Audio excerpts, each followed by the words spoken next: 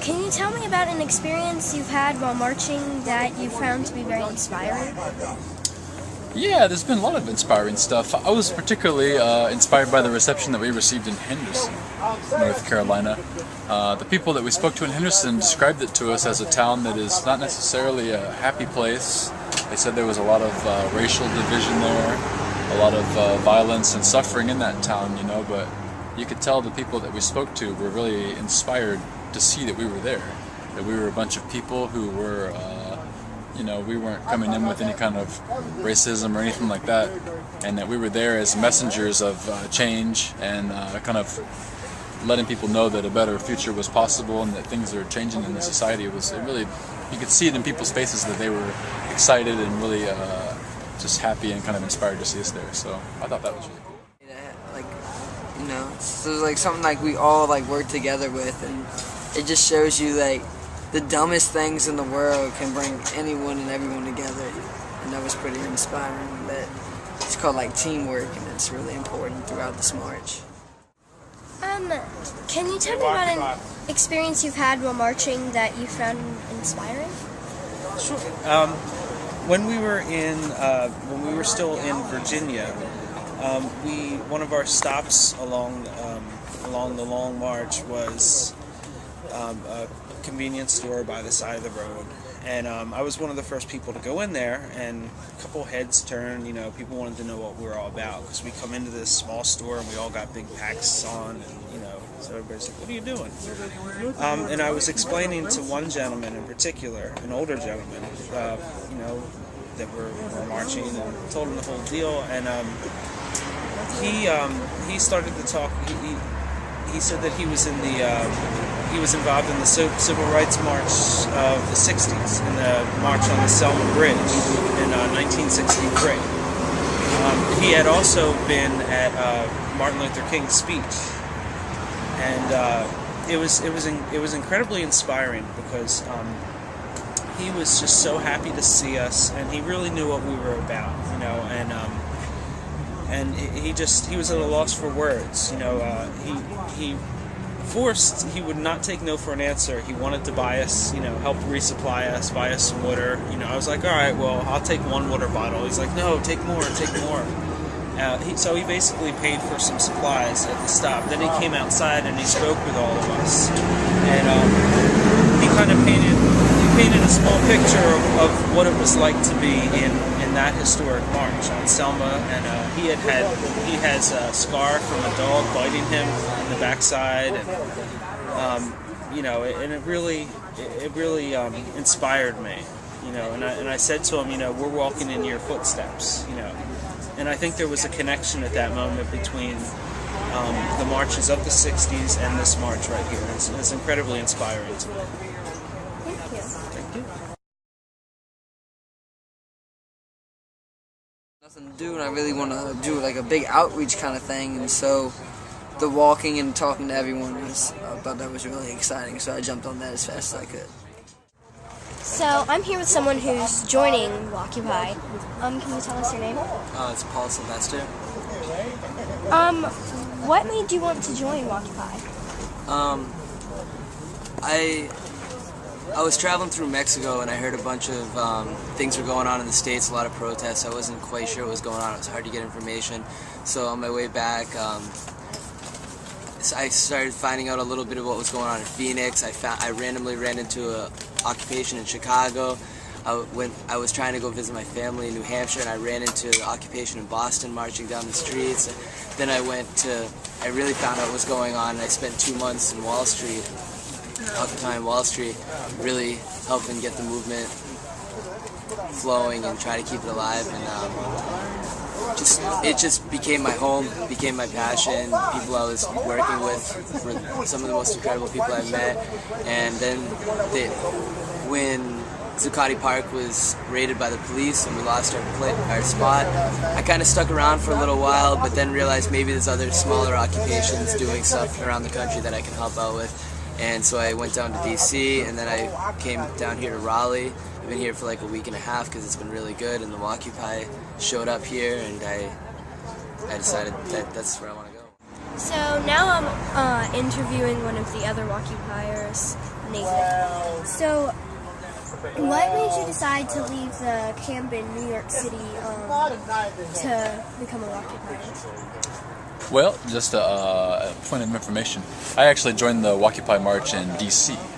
I had been in New York City, and I was actually there when they left. There was a lot of excitement around them leaving, and a lot of people were curious about it. But I stayed in Zuccotti Park because I was working with the information and press relations teams there, and I was pretty involved in what I was doing there. So I kind of saw them off, but I didn't participate until I got to D.C.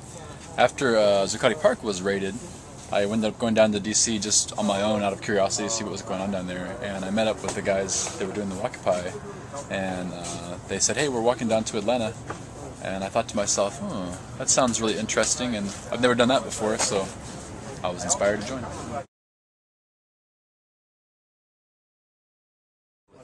And what message do you hope to spread as you march?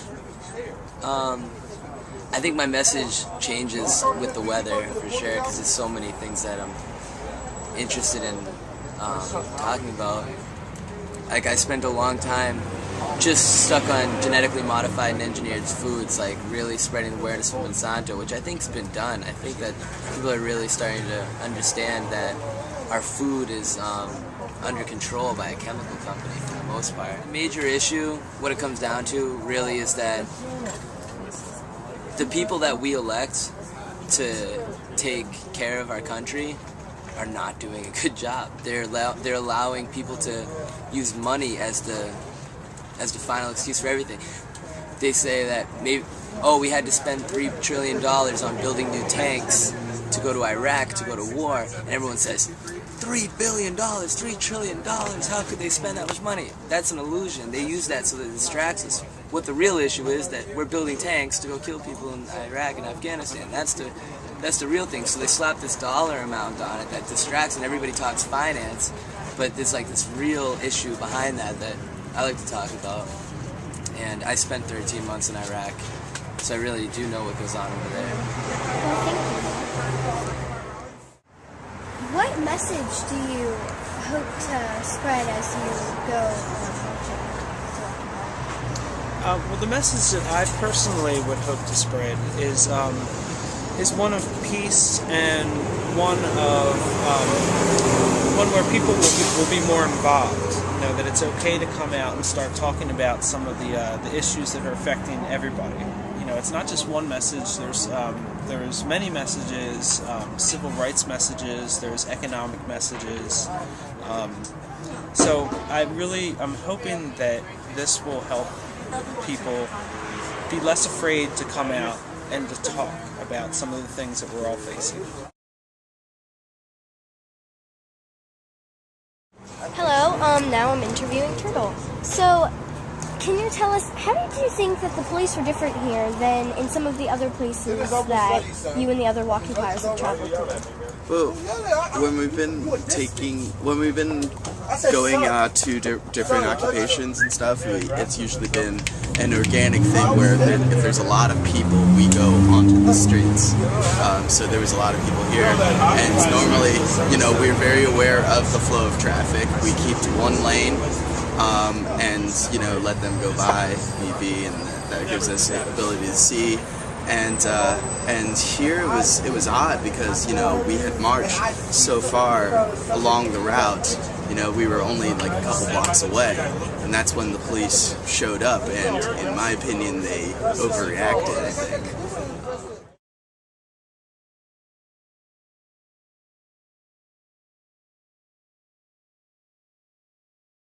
I read your blog, and I heard that there's a verse of "This land was made for you and me" that they don't teach you in school. I was wondering if you could sing that for me. As I was walking, I saw a sign there, and on that sign it said, "No trespassing," but on the other side it said nothing. That side was made for you and me. In the squares of the city, in the shadow of the steeple, by the relief office, I saw my people as they stood there hungry I stood there wondering, is this land still made for you and me? Nobody living can ever stop me as I go walking that freedom's highway. Nobody living can make me turn back.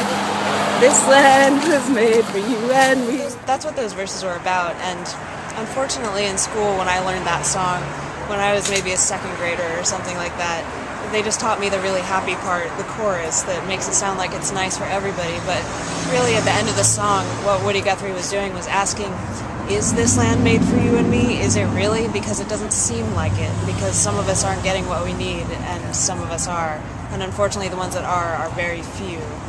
So that's what it's about. I think that kids can help just by being present, like Phaedra is right now. The fact that she's interested in it is very, very powerful, because when she goes to talk about this, when you go to talk about this to your classmates, they're going to see what's going on, and maybe they'll start asking questions too. Because I feel like the most important thing you can do as a kid is ask questions about what's going on in the world, and not just, take everyone's word for it. Because if you ask questions and keep trying to search for the truth, eventually you might find it, or you might find something close to it. Whereas if you just take everyone's word for it, you might get snowed over in the end, for lack of a better phrase. I just think it's great for kids just to be present here and to come to the Occupy movements, see what's going on, and kind of learn how you can make a communal living space where everybody shares things and everybody looks out for each other. Thank you. All above me, that endless skyway, I saw below me that golden valley. This land was made for you and me. This is nice, I like this. And the railway, this land is my land. I like the first verse. From California to the New York Islands, from the redwood forest to the Gulf Stream waters, this land was made for you and me. Our government only has the power that the people give it. However, the top echelon of wealth and power has become so entrenched in the political process that only a mass mobilization of people can restore our democracy and protect the best interests of the American people, now and in future generations. Please join the call for fair treatment of all people and a respect for their voices. Get involved, attend a rally, lend your skills, engage with the community, occupy your mind, occupy the community. Always stay occupied.